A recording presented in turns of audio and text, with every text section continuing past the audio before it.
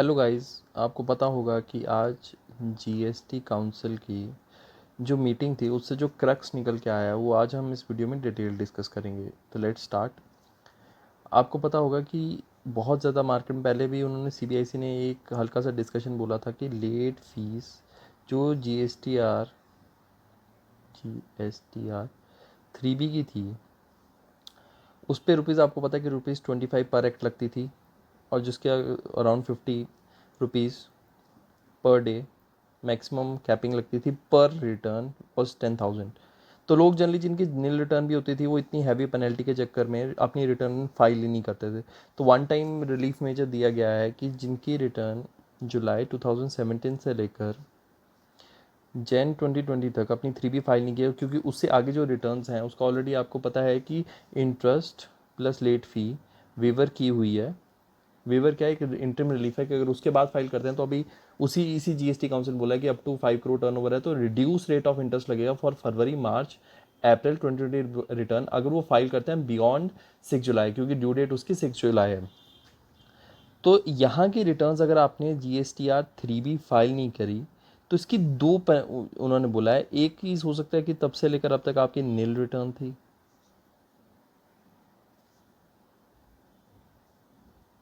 या फिर आपकी टैक्स लाइबिलिटी थी। तो नील केस के उसके उनके केस में उन्होंने बोला there will be no penalty. तो नील आप अपनी रिटर्न्स करके कंप्लीट रिटर्न फाइल कर सकते हैं, कोई पेनल्टी नहीं लगेगी। अगर आपकी टैक्स लाइबिलिटी थी तो मैक्सिमम कैपिंग की गई है पर रिटर्न, दैट इज़ ₹500 पर रिटर्न। तो जितनी भी आपकी रिटर्न्स हैं, अगर इसमें पर एक और चीज़ उन्होंने क्लेरिफाई किया है कि इसको आपको 1 जुलाई 2020 से लेकर 30 सितंबर के बीच अगर आप ये रिटर्न्स में फाइल कर देते हैं, कौन सी रिटर्न्स, जुलाई 2017 से लेकर जनवरी 2020 तक, तो आपको ये ऊपर वाला in case there is a tax liability 500 पर रिटर्न कैपिंग की गई है, और अगर आपकी टैक्स लाइबिलिटी नहीं है तो it is clear no penalty.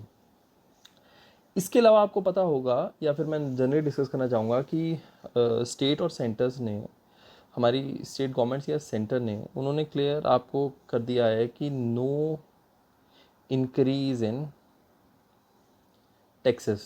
और कोई भी प्रपोजल भी था, अब प्रपोजल किस किस में था उनका, कि टेक्सटाइल,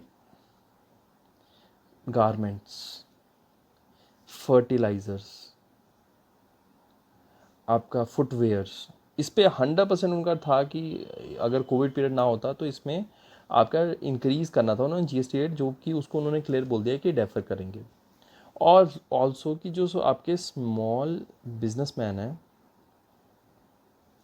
जिनकी टर्नओवर अप टू 5 करोड़ है, उनको आपको पता होगा कि फरवरी मार्च अप्रैल की जो रिटर्न थी उनको टाइम दिया गया था कि जुलाई 6 तक फाइल कर लो। तो अगर अभी तक भी उन्होंने नहीं की तो उनका रिड्यूस रेट, वैसे आपको पता होगा कि 18% पे करना होता है, दैट इज़ रिड्यूस रेट है अब 9%। तो अगर वो बियॉन्ड 6 जुलाई अगर फाइल करते हैं तो उस केस में रिड्यूस रेट इज़ 9%। अगेन ये बहुत ही अच्छा है, और ये 9% जो इन्होंने नेक्स्ट गाइडलाइन दी है दैट इज़ 30 सितंबर 2020, और एक्सपेक्टेड भी है कि कोविड का पीरियड अप्रॉक्सीमेटली तब तक एंड हो जाएगा। और इसके साथ साथ बेसिकली उन्होंने एक इंटरिम रिलीफ जो आपको पता है, cancellation of revocation of cancellation of registration, आपको पता है उसका टाइम अभी उन्होंने जून 30 रखा था, तो उसको भी कैंसलेशन को 30 सितंबर, रिवोकेशन जो है सेक्शन 30 में, आपको पता होगा 30 में revocation of cancellation of return registration होता है, सेक्शन 29 में कैंसलेशन ऑफ रिटर्न होता है, सेक्शन 29 ऑफ CGST एक्ट, तो उसको भी 30 सितंबर। इसके अलावा पिछले काल उन्होंने नोटिफिकेशन निकाल के ई वे बिल की जो उन्होंने मार्च के बीच में जो एक्सपायरी हो रही थी तो उसको नेचुरली 31 में एक्सटेंड कर दिया था, उसके बाद उसको एक्सटेंड करके 30 जून 2020 कर दिया है। ये मेजर चेंजेस थे। इसके अलावा कोई हाइक आपको जनरली उन्होंने बोल दिया, taxes will not be hiked.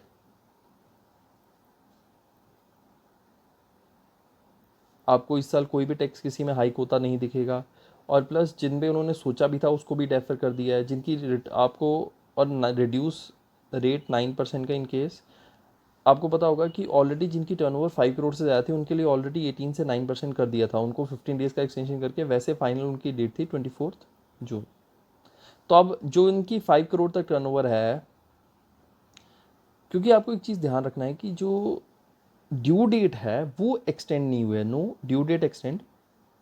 तो इनको खाली जो ओरिजिनल रिटर्न का पीरियड है, अगर ये 6 जुलाई तक नहीं करते तो ओरिजिनल रिटर्न के पीरियड से इंटरेस्ट की कैलकुलेशन होगी। तो इस चीज़ का ध्यान रखना है कि इनकेस अगर आपकी फेब की रिटर्न या फिर मार्च की रिटर्न सपोजिंगली अप्रैल में ड्यू थी, तो अप्रैल से लेकर आप अभी तक फाइल नहीं करते तो ऐसा नहीं होगा कि 30 मई से या फिर जून से उसकी पेनल्टी लगे, इंटरेस्ट लगेगा। तो आपको इस चीज़ का ध्यान रखना है कि आप रिटर्न 6 जुलाई से पहले आप फाइल कर ले, वरना बैक डेट से आपको इंटरेस्ट लगेगा। बाकी ऑलमोस्ट मैंने जितने भी इसमें जीएसटी काउंसिल मीटिंग में जो कवर थे एस्पेक्ट उसको हमने इसमें कवर कर दिया। Thank you everyone.